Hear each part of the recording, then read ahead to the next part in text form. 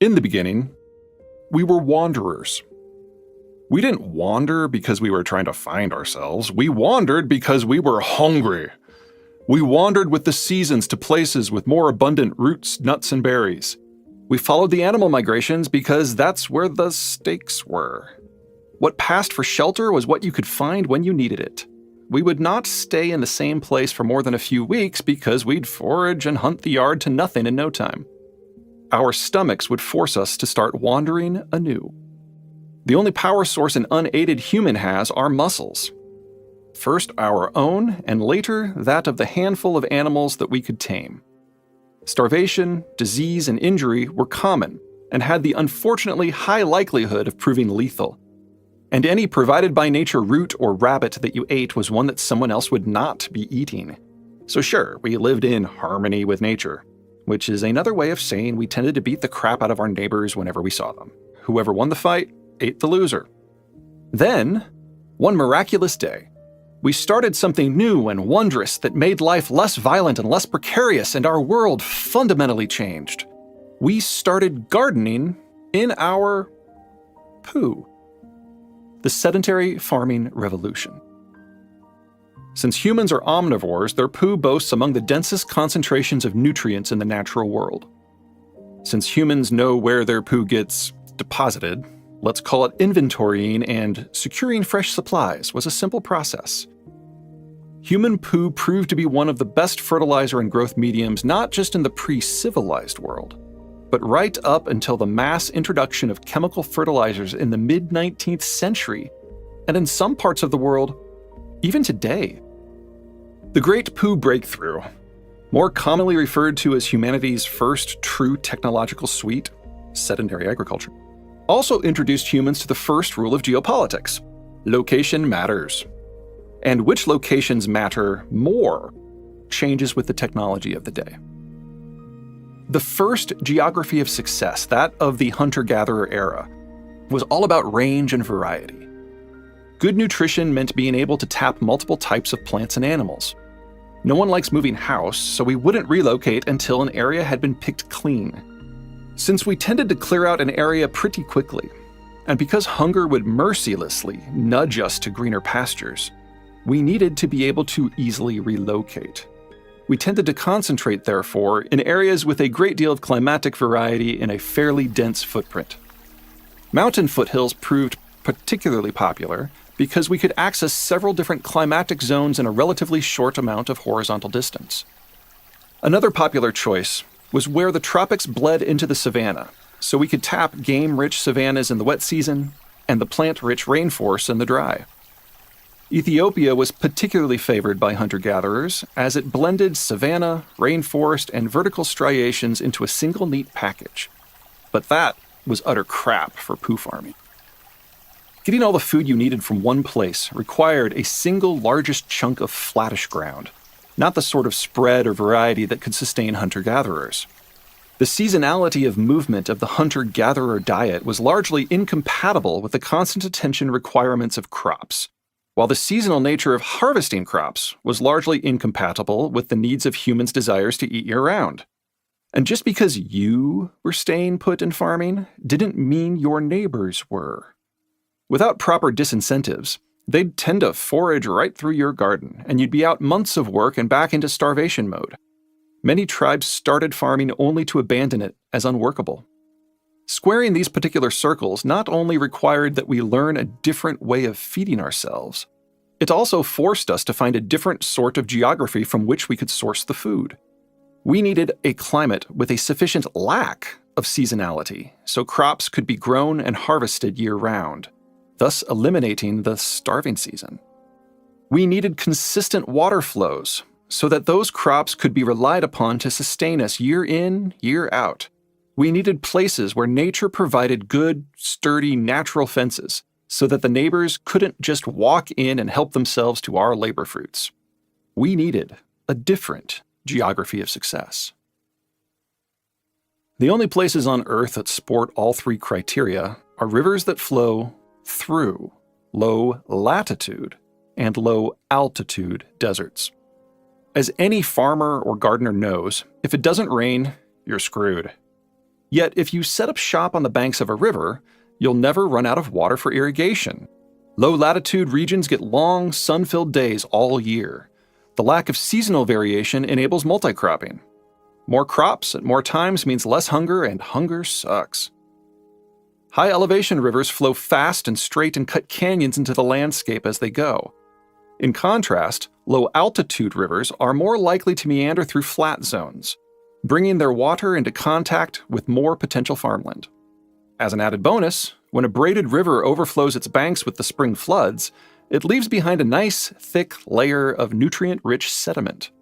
Silt is a great poo enhancer.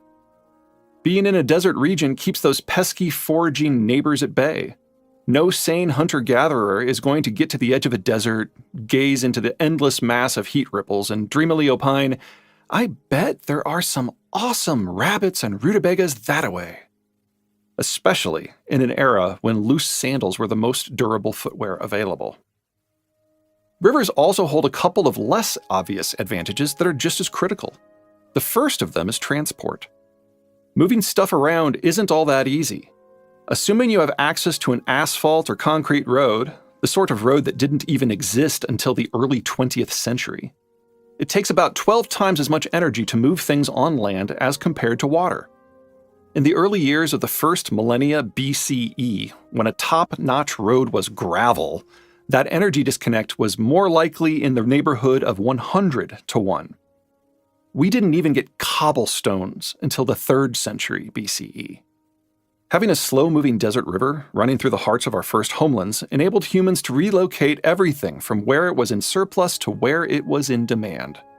Labor distribution enabled early humans to exploit more fields and so increase plantings and food supplies, and to do so in places that didn't need to be within a short walk of where we lived. Such advantages were often the difference between spectacular success, that is, everybody doesn't starve, and equally spectacular failure, everyone does starve. There was also the not even remotely insignificant issue of security. Soldier distribution via the waterways enabled us to fend off those neighbors dumb enough to cross our desert lawns. This transport issue all by itself separated the early agriculturalists from everyone else. More lands under more secure production meant more food produced, which meant larger and more stable populations, which meant more lands under more secure production, and so on. We were no longer wandering tribes. We were established communities.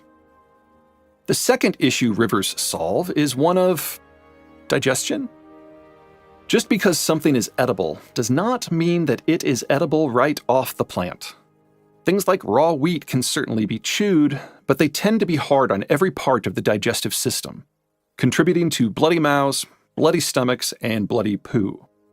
Raw grains can be boiled to make a gruel that is disgusting in taste, appearance, and texture, but boiling both wrecks the grain's nutrient profile and anyway requires substantial fuel. Boiling might work as a supplementary food stream for a tribe that wanders from place to place and often has a supply of fresh firewood and only a few mouths to feed. But it is a complete non-starter in a terminal desert valley. Deserts never have many trees in the first place. Where deserts and trees overlap would of course be along rivers, putting fuel sourcing in direct competition with farmlands. Anywho, the point is that successful riverine agriculture generates big local populations. Boiling food for a lot of people, for a community, every day simply isn't feasible in a world before coal or electricity. Bottom line, clearing land, digging irrigation trenches, planting seed, tending crops, and harvesting and threshing grain are the easy parts of early agriculture. The really brutal work is getting 2 pieces of rock and grinding your harvest, a few grains at a time, into a coarse powder that can then be prepared into easily digestible porridge without needing heat. Or, if you lived with a foodie, baked into bread. Our only available power was muscle power, both humans and our critters, and the sad physics of the grinding process required so much labor that it kept humanity in a technological rut. Rivers helped us flush this problem. Water wheels enabled us to transfer a bit of a river's kinetic energy to a milling apparatus. So long as the water flowed, the wheel would turn, one big rock would grind against another, and we just needed to dump our grain into the grinding bowl.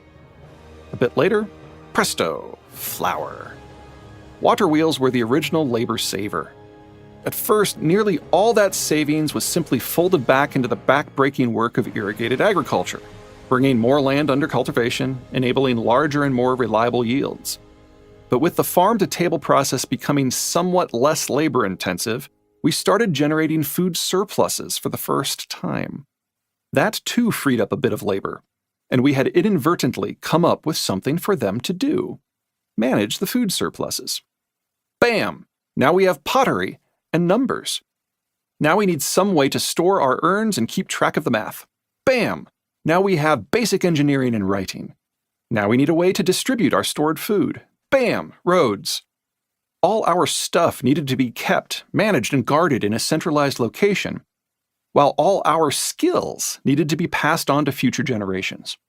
Bam! Urbanization and education. At each stage, we pulled a bit of labor out of agriculture and into new industries that managed, leveraged, or improved the very agriculture the labor had originally come from. The steadily increasing levels of labor specialization and urbanization first gave us towns, then city-states, then kingdoms, and eventually empires. Sedentary agriculture may have given us more calories, while deserts provided better security, but it took the power of rivers to put us on the road to civilization. During these early millennia, there wasn't much traffic. River-driven agricultural systems could, and did, pop up all along the world's many rivers. But cultures enjoying that crunchy desert coating were rare birds.